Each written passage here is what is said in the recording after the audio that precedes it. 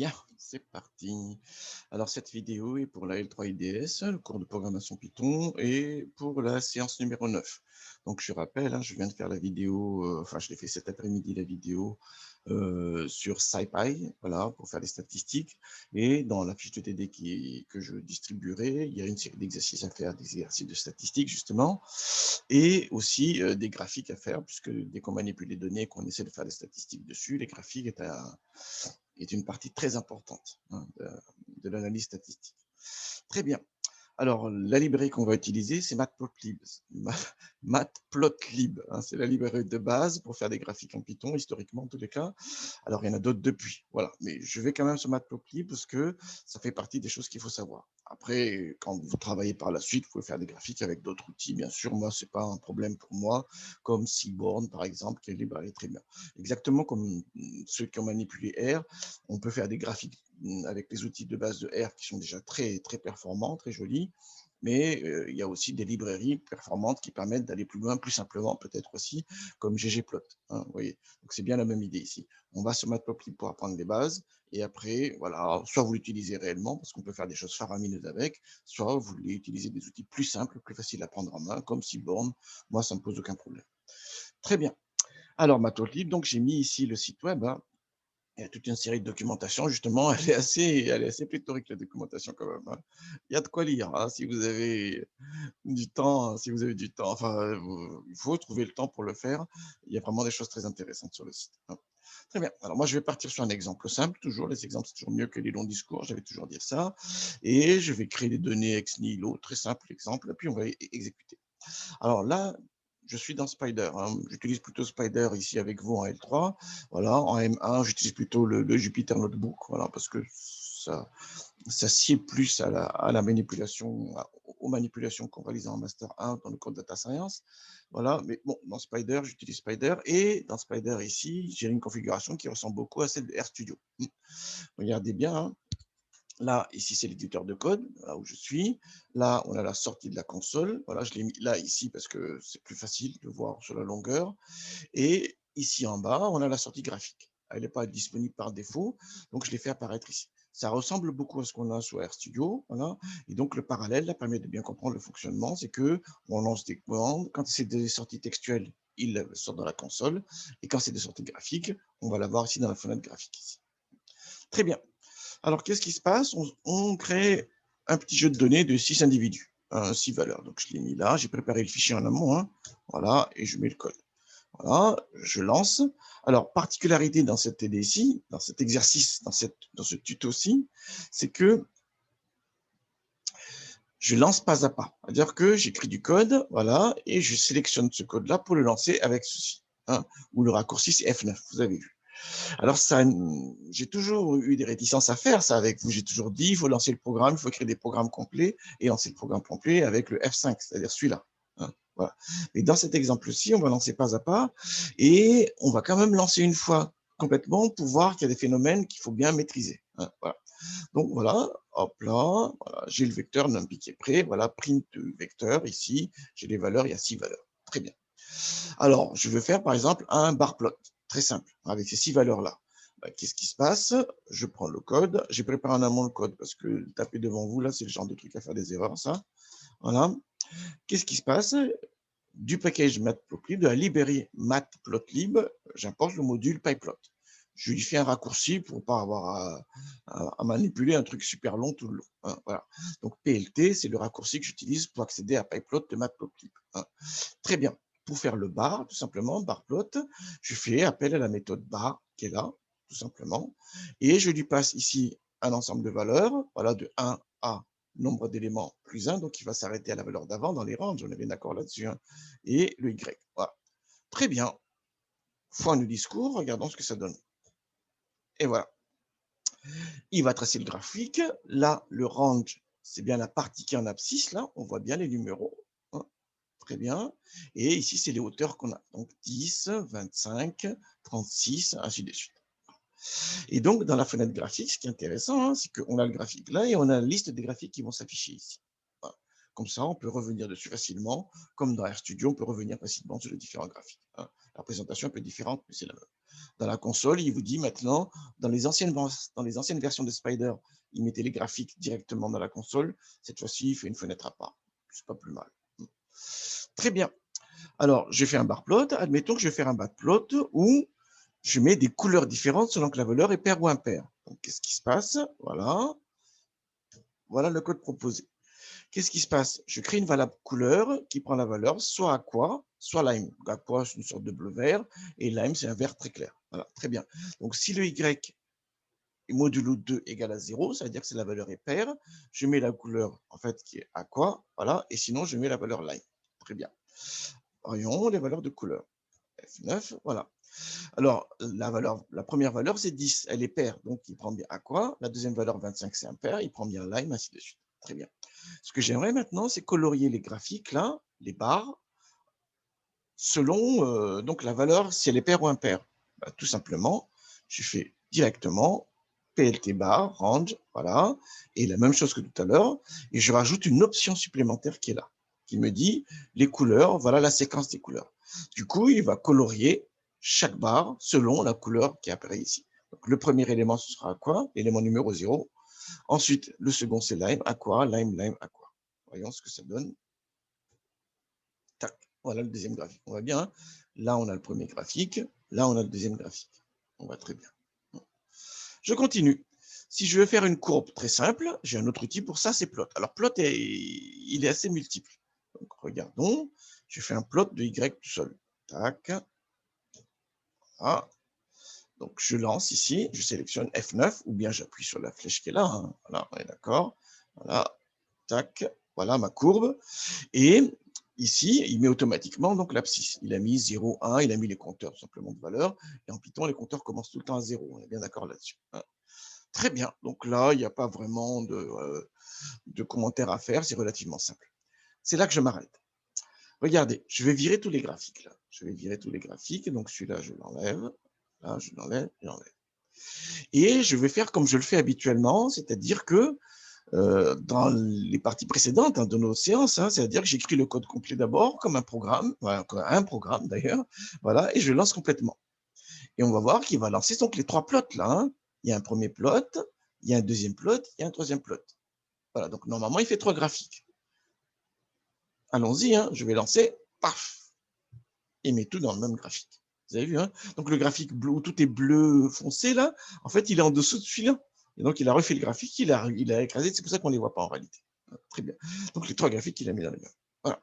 Donc, quand on lance pas à pas, on fait plot tout court ou barre tout court directement et on lance que cette partie du code-là et ça fait un graphique indépendant.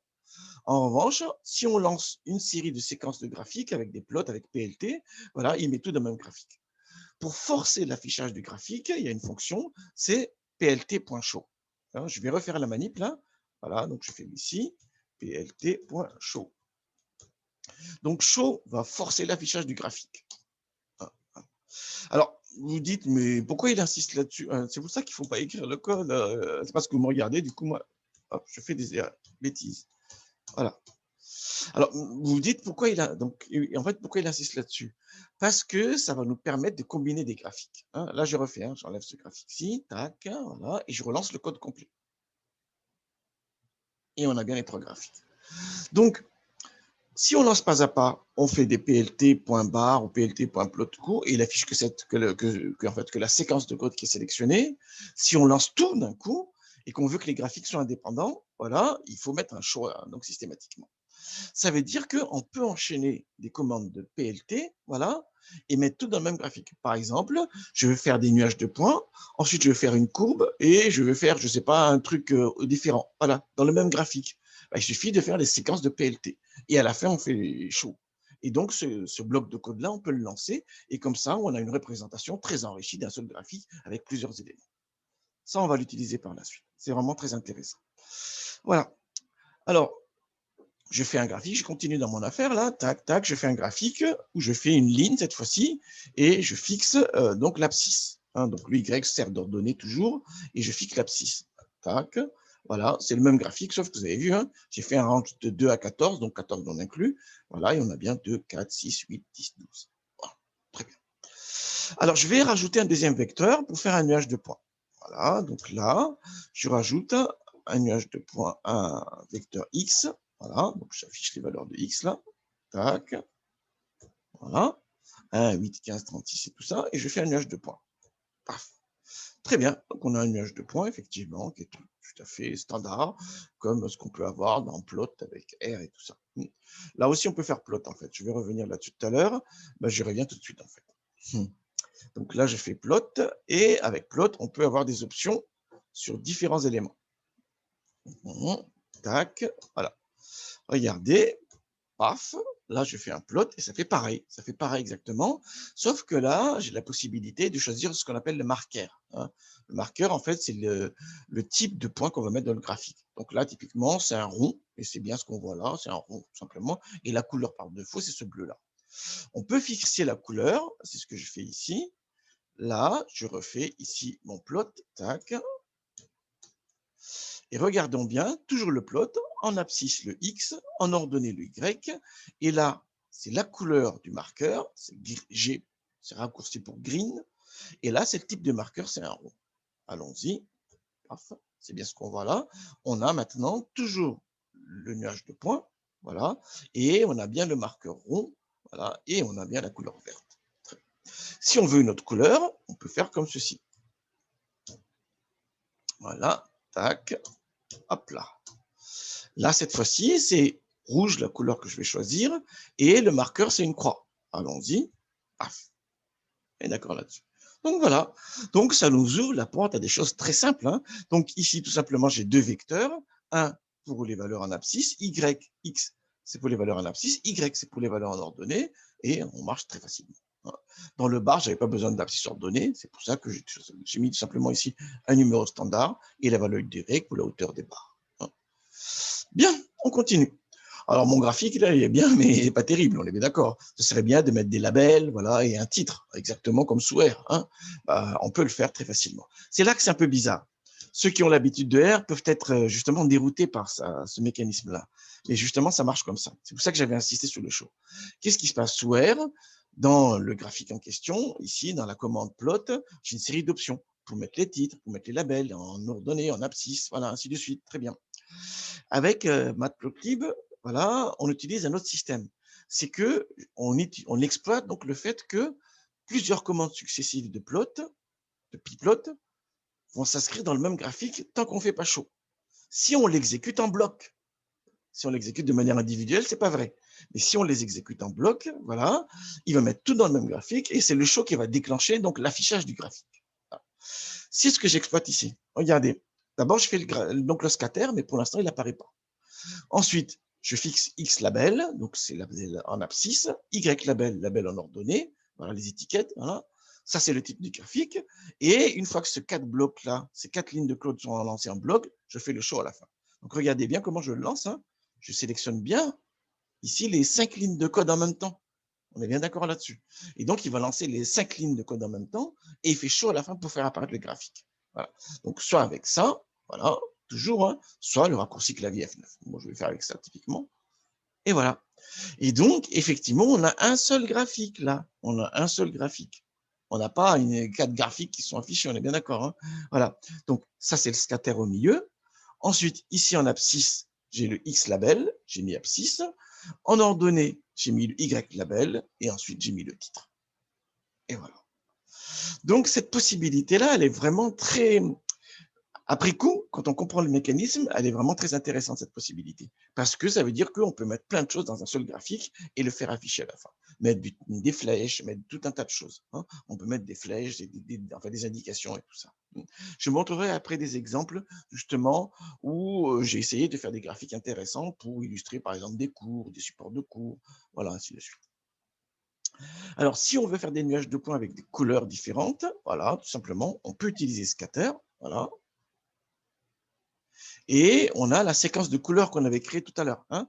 Donc là, je vais faire le scatterplot de X et Y, et les couleurs vont dépendre de la valeur de Y. Soit c'est pair ou soit c'est impair. J'ai mis une couleur différente. Et la séquence de couleurs, c'est les couleurs qu'on avait vues tout à l'heure. Hein. Je refais ici. Couleur, c'est aqua, lime, tout ça, selon la valeur de Y, selon qu'il est pair ou impair. Donc, je fais un scatter, ici, X en abscisse, Y en ordonnée. Et là, maintenant, C, c'est un paramètre qui permet de spécifier les couleurs. Paf. Et ben voilà. Donc, de manière individuelle, chaque point a été colorié selon les valeurs qu'il y avait dans couleur. Couleur a la même longueur hein, que X et Y. Hein, X et Y ont la même longueur, sinon le nuage de blanc, on ne peut pas le faire. Voilà. Et couleur a la même longueur et même nombre d'éléments que X et Y aussi. Alors, il y a une autre manière de faire. C'est que je fais un premier scatter pour les points pairs, je fais un deuxième scatter pour le point impair, et je mets tout dans le même repère. Et je fais chaud à la fin pour faire apparaître le tout. C'est ce que je montre ici. Voilà. Tac, voilà. Hop là, regardons. Donc, avec plot cette fois-ci. Tac.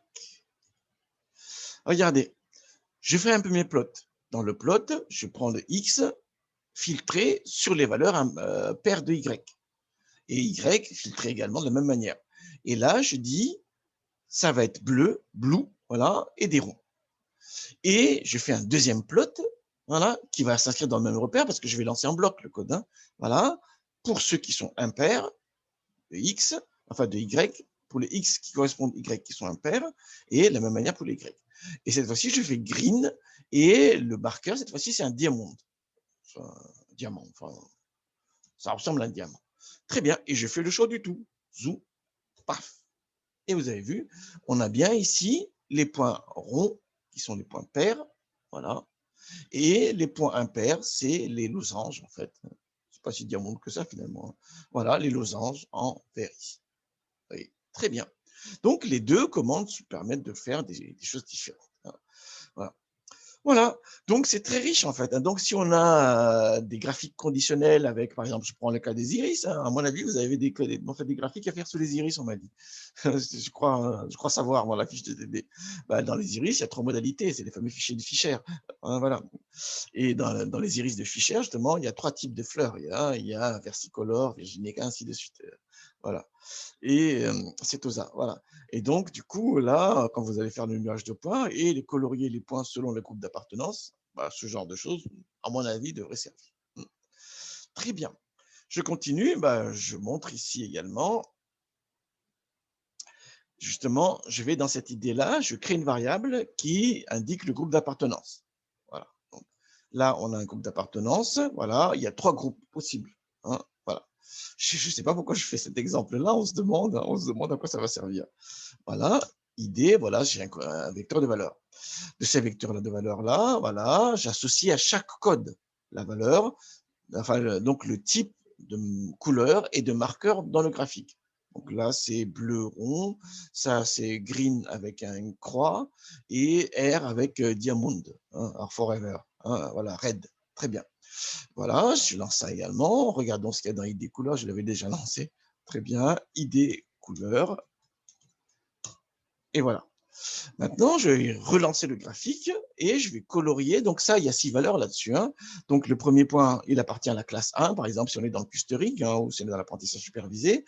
Là, le point numéro 2 apparaît à la classe 2, ainsi de suite. Voilà. Bah, tout simplement, on utilise le fait qu'on puisse faire des plots successifs, voilà, qui vont s'inscrire dans le même graphique. Allons-y, tac. Vous avez vu, hein, donc je fais dans une boucle pour chaque valeur unique de ID couleur, de ID. Donc on aura 3 valeurs uniques, c'est 1, 2 et 3. Voilà. À partir de là, je fais le filtrage et j'accède ici. Hein, donc là, je filtre le X pour les ID qui correspondent au groupe. Voilà, 1 d'abord, puis 2, puis 3. Je filtre aussi les Y correspondants, voilà. Et l'idée couleur, je vais récupérer G-1 parce que les groupes commencent à 1, les indicateurs de groupe ici commencent à 1. Hein, et moi, mon ID couleur, là, le premier indice, il est à 0, on est bien d'accord. Donc c'est pour ça que je mets G-1 là. Hein, voilà, et je récupère donc le type de couleur et de marqueur correspondant. Allons-y, tac. Et voilà, on voit bien ici, hein, ceux qui correspondent au groupe numéro 1, c'est les bleus. Voilà, ceux qui sont verts, c'est les groupes numéro 2. Et le groupe numéro 3, c'est le Diamond at Forever qui est là.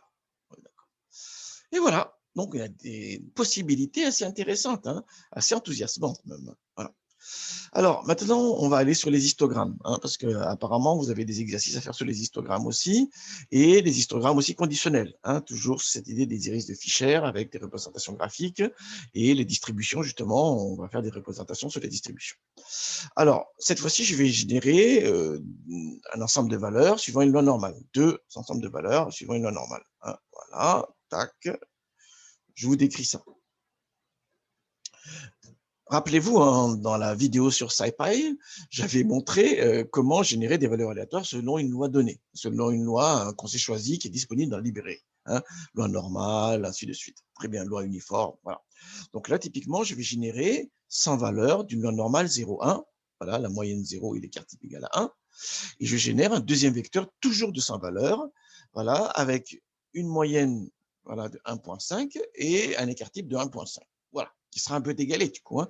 Elle est plus évasée déjà, parce que l'écart type est plus élevé, voilà, et elle est plus décalée, elle est décalée sur la droite aussi, puisque la moyenne est 1,5 contre 0. Donc voilà. Très bien. Ces deux vecteurs-là, je les concatène dans un seul vecteur. Hein, voilà, c'est ce que je fais ici. Donc, vérifions tout ça. Donc, le vecteur concaténé, forcément, il y a 200 observations dedans. Ben, vérifions-y voir. Et ben voilà. Hein. Donc, j'affiche un RND1, quand même, j'affiche ici. Paf, voilà les différentes valeurs. RND2, voilà les valeurs. Et RND, voilà les valeurs, ainsi de suite. Hein. Très bien. Une fois que c'est fait ça, alors, j'aimerais faire un histogramme. Ben, il y a des outils dans Matplotlib qui le font très bien, c'est hist. C'est ce que je montre ici. Voilà, histogramme. Voilà. Voilà. Très bien. On a un histogramme avec les deux ensembles ici mis ensemble. RND, il y a les deux vecteurs qui sont assemblés dedans, hein, qui sont donc concaténés. Hein, voilà. Très bien. Alors je me dis, ouais, quand même, j'aimerais bien aller voir ces deux sous-ensembles de données, là, le premier vecteur RND1 et RND2 aussi, faire un histogramme, et voilà. On peut le faire.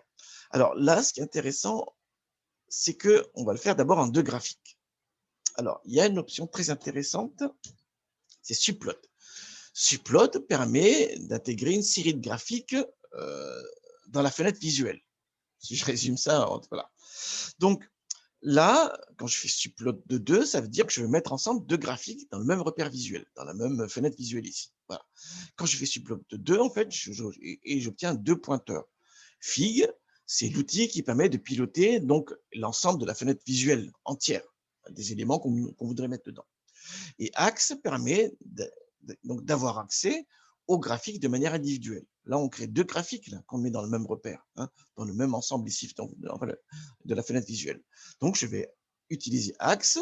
Comme je n'ai deux graphiques, je vais Axe indices 0 et 1. Hein. D'habitude, dans Python, les indices commencent à 0. Et donc, si je veux créer le premier graphique dans mon ensemble et mon repère visuel, je fais AX6 voilà, de 0. Et là, j'appelle hist sur le premier vecteur, RND1. Et je mets une couleur bleu clair. Voilà. Et le deuxième graphique de mon repère, voilà, de mon ensemble de mon repère, voilà, de Fig, voilà, je fais un deuxième histogramme, voilà, du deuxième vecteur, ici RND2, et je mets la couleur à quoi? Un bleu-vert. Voilà. Et je show le tout. Allons-y. Donc, ce qui est intéressant, c'est que Subplot permet de mixer une série de graphiques dans la même fenêtre visuelle. C'est ça, c'est comme ça qu'on pourrait le voir. Très bien. Exactement comme on a fait en R avec le par et tout ça. Voilà. Zoom. Et voilà, on a bien les deux graphiques qui apparaissent avec les deux fonctions de distribution et on voit bien qu'ils sont décalés là. Hein. Le 0 du là, il est ici. Hein, donc il y en a bien, voilà. Là, typiquement, il y a une gymnastique à faire. Donc il faudrait changer peut-être les repères pour qu'ils soient alignés de la même manière. Ce serait pas mal, ça, on est d'accord. Mais bon, on est là pour apprendre pour l'instant, donc on fait comme on peut. Hein, on est bien d'accord. Mais clairement, dans votre rapport là, quand vous faites votre rapport ou quoi que ce soit, vous faites deux graphiques avec des repères décalés comme ça, là, c'est pas globe, hein, on est d'accord là-dessus. Non, non, il faut les rendre cohérents pour que ce soit bien lisible. Là, pour le coup, on a l'impression que les deux distributions sont superposées. Elles ne sont pas superposées, elles sont décalées. On est bien d'accord. Le 0 là, il est là. Hein, donc, il y a un décalage. Bien d'accord. Très bien. Donc, ne me rendez pas des choses comme ça. On est bien d'accord. Hein. Très bien. Alors, comme le par, j'avais parlé du par de R. Voilà, le par de R, on peut placer les graphiques à l'endroit où nous, on le souhaite. Il y a cette possibilité-là avec GridSpec. Donc, c'est ce que je montre ici. Qu'est-ce qui se passe? Voilà. Tac. Là, regardons bien le code. Donc, j'importe l'outil grille qui permet de positionner les graphiques à l'endroit où moi je souhaite dans la fenêtre visuelle, hein. Ensuite, je crée la grille en correspondant et là, je dis une grille avec une ligne et deux colonnes. Donc, mes graphiques maintenant seront positionnés donc côte à côte cette fois-ci et non pas superposés haut en bas. Très bien. Donc, il faut que j'accède à chaque sous-ensemble maintenant, à chaque élément de ma grille maintenant. Très bien. Ben, le premier élément, c'est ligne 0, colonne 0. Et le deuxième élément, c'est ligne 0, colonne 1. Pour accéder aux différents éléments, je fais appel à subplot. Sans S. Subplot avec X, ça permettait de créer déjà une forme de grille finalement. Puis il la positionne comme lui, il le veut. Voilà. Et là, c'est subplot sans S qui permet d'accéder à chaque endroit de la grille que moi j'ai créée ici. Ça la différence. Hein. Subplot, c'est une chose. Subplots avec un S, c'est autre chose. On est d'accord. Même s'il semble faire la même chose quand même, mais il ne fonctionne pas de la même manière. Très bien. Donc là, je fais une sorte de pointeur dans la grille, dans la case ligne 0, colonne 0, et dans cet endroit-là, je fais le premier graphique. Et j'ai même mis un titre, tiens. Voilà, pourquoi pas, pour qu'on le voit bien. Ensuite, ici que j'accède à la case de ma grille ligne 0, colonne 1, toujours, voilà, j'ai mis le même pointeur, j'aurais pu mettre un autre nom de variable, hein, mais qu'importe, il l'écrase de toute manière. Voilà, et dans cette cellule-là de ma grille, je mets le deuxième graphique avec un second titre, et je fiche. Voyons ce que ça donne. Paf, hein, tac, et voilà. Très bien. Là également, hein, normalement, ce serait bien de mettre la même échelle ici en ordonnée. Hein, ce serait pas mal. On est d'accord, ce serait pas mal. Parce que là, pour le coup, hein, sinon, ça donne une impression faussée. On dirait qu'ils ont la même hauteur. Non, on sait très bien que la deuxième distribution, elle est plus évasée, en fait. Donc, la hauteur est moins élevée. Hein, voilà. Ça aussi, ne me faites pas un truc comme ça. Hein. Il faut me faire un truc où on a la même valeur là et là pour que les deux graphiques soient comparables. Bien d'accord là-dessus. Hein. Je scruterai vos rapports. Très bien, je continue. Si on veut faire maintenant les deux histogrammes dans le même graphique, on les met les deux séries tout simplement dans une liste. C'est ce que je fais ici. Vous avez vu, hein? Voilà. Là, j'ai mis les deux séries dans la même liste. Voilà, dans une seule liste, RND1 et RND2, je les mets dans une liste. Liste parce que j'ai mis des crochets. D'accord. Si je mets des parenthèses, c'est autre chose. On a vu c'était des tuples. Si on met des accolades, c'est autre chose, c'est le dictionnaire. Là, c'est bien une liste. Hein. On les met les deux éléments, les deux vecteurs dans la même liste. Ils n'ont pas forcément les mêmes longueurs, on s'en fout. Hein. Pour lui, c'est deux éléments simplement. Et quand il fait le graphique, il les met cette fois-ci dans le même repère, et on a bien les deux histogrammes. Ça, c'est le premier, c'est le deuxième. Et là, pour le coup, l'intérêt ici, c'est qu'on voit bien que les deux distributions sont décalées. Là, il n'y a plus de secret. Là, il n'y a pas d'ambiguïté. Là, il n'y a aucune ambiguïté. On voit bien que les deux distributions sont décalées ici. Voilà. Donc, c'est une autre manière de représenter. Ça fait partie des exercices qui sont prévus. Ça. Voilà. Alors, on pourrait faire des fonctions de densité, mais c'est le dernier exemple que je vais prendre. On va voir qu'on peut faire des choses plus facilement avec Seaborn. Voilà. Donc, je vous ai parlé de Matplotlib. Pourquoi? Parce que c'est la base. Il faut avoir la base. Il faut toujours avoir la base. Ensuite, une fois qu'on a compris la base, on peut aller vers les autres éléments, les autres librairies, plus faciles d'accès, plus faciles à utiliser. Et c'est mieux dans ce sens-là. Si on va sur les éléments, sur des outils plus faciles à utiliser, quand à un moment ou à un autre, on est bloqué et qu'il faut aller sur les outils de base parce qu'il y a des outils, il y a des subtilités qu'on veut mettre en place, ben là, on est perdu. Donc, c'est mieux plutôt dans l'autre sens. On apprend les outils relativement difficiles à appréhender pour comprendre tous les mécanismes. Et après, les outils simples, on sait exactement ce qu'il y a derrière. Donc là, je fais appel à Seaborn cette fois-ci et je veux qu'il me dessine une fonction de densité. Donc là, c'est le mode, c'est pour lisser donc la courbe de densité. Donc c'est kernel density estimation. Voilà ce qu'il va utiliser. Il y a différents outils possibles. Et l'outil pour faire la fonction de densité, c'est displot. Là, je le fais sur les deux ensembles de données confondus directement. J'affiche directement ici. Ah oui, non, il faut lancer le code. Si je sélectionne pas la librairie, si j'importe pas la librairie, ça ne peut pas marcher. Alors, Seaborn, je ne sais pas s'il est installé par défaut sur Anaconda. Donc, s'il n'est pas installé, c'est à vous de le faire. Il y a le gestionnaire de package pour ça, il y a Conda. Sinon, on peut utiliser Pip aussi. Hein, voilà. Là, pour le coup, j'ai un doute, donc c'est à vous de vérifier ça. S'il est installé par défaut, nickel, vous pouvez utiliser. S'il n'est pas installé par défaut, vous l'installez sur votre distribution Anaconda avec l'outil Conda, et comme ça, vous pouvez l'utiliser. hein, il y a plein d'exemples sur Internet, vous trouverez facilement, hein. Je lance mon code ici et voilà la fonction de densité. Très bien. Alors pour aller plus loin, moi-même, voilà, il y a plein d'exemples sur internet, hein. Donc ça, je le mettrai en ligne, voilà, avec la vidéo ici. Comme ça, vous pourrez cliquer dessus et le charger automatiquement. Ça vous donnera tous les éléments pour le récupérer. Voilà, mais sinon, sinon, il y a plein d'exemples, c'est là, je voulais venir, là. Sinon, il y a plein d'exemples là. Sur le site des tutoriels, j'en ai fait plein, des exemples de librairie, enfin de graphiques en Python, justement.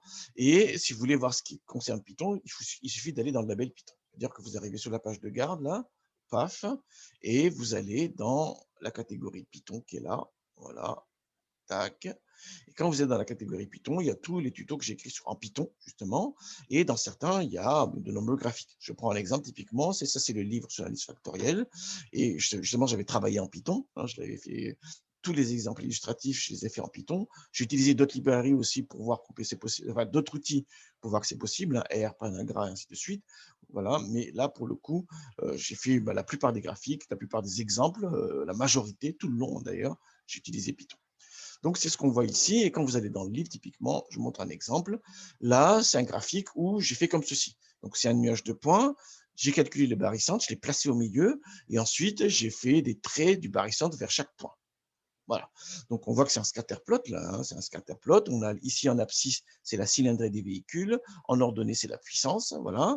Et donc, j'ai mis les points d'abord. Et ensuite, voilà, j'ai mis ici le barycentre que j'ai placé, seul explicitement au milieu, qui a été calculé au préalable. Et ensuite, j'ai tiré les traits ici. Voilà. Donc, on le voit là, hein, on voit bien les différents codes. Voilà, j'ai fait le subplot et j'ai défini la taille du graphique cette fois-ci. Donc, c'est en subplot, il y a des choses éléments. Hein. Donc là, pour le coup, et en fait, il n'y a qu'un seul élément. Hein. Voilà, mais ça m'a permis, en utilisant subplot, ça m'a permis de fixer ici la taille du graphique. Hein, là, 10 x 10. Hein. Très bien, pour avoir un graphique qui soit carré et non pas rectangulaire, parce que des fois, il fait comme il veut. Là, pour le coup, je voulais avoir un graphique carré, hein, et ensuite, je fais le plot des points. Alors, on voit bien ici, hein, voilà, on voit bien les éléments. Et ensuite, voilà, j'ai mis ici, j'ai fixé la taille des axes, pour qu'il n'y ait pas d'ambiguïté. Et ensuite, j'ai mis le label en abscisse, le label en ordonnée. Et ensuite, j'ai rajouté les points, les pointillés, les traits en pointillés. Voilà, on voit très bien ici. Voilà, en les centrant autour des moyennes. Hein. Donc, on voit bien, il y a 4 valeurs là. Il y a 4 valeurs. Ça, c'est les moyennes qui ne changent jamais, les moyennes en abscisse et les moyennes en ordonnée pour avoir le barycentre. Et là, c'est chaque point, hein, pour avoir le trait ici, le plot.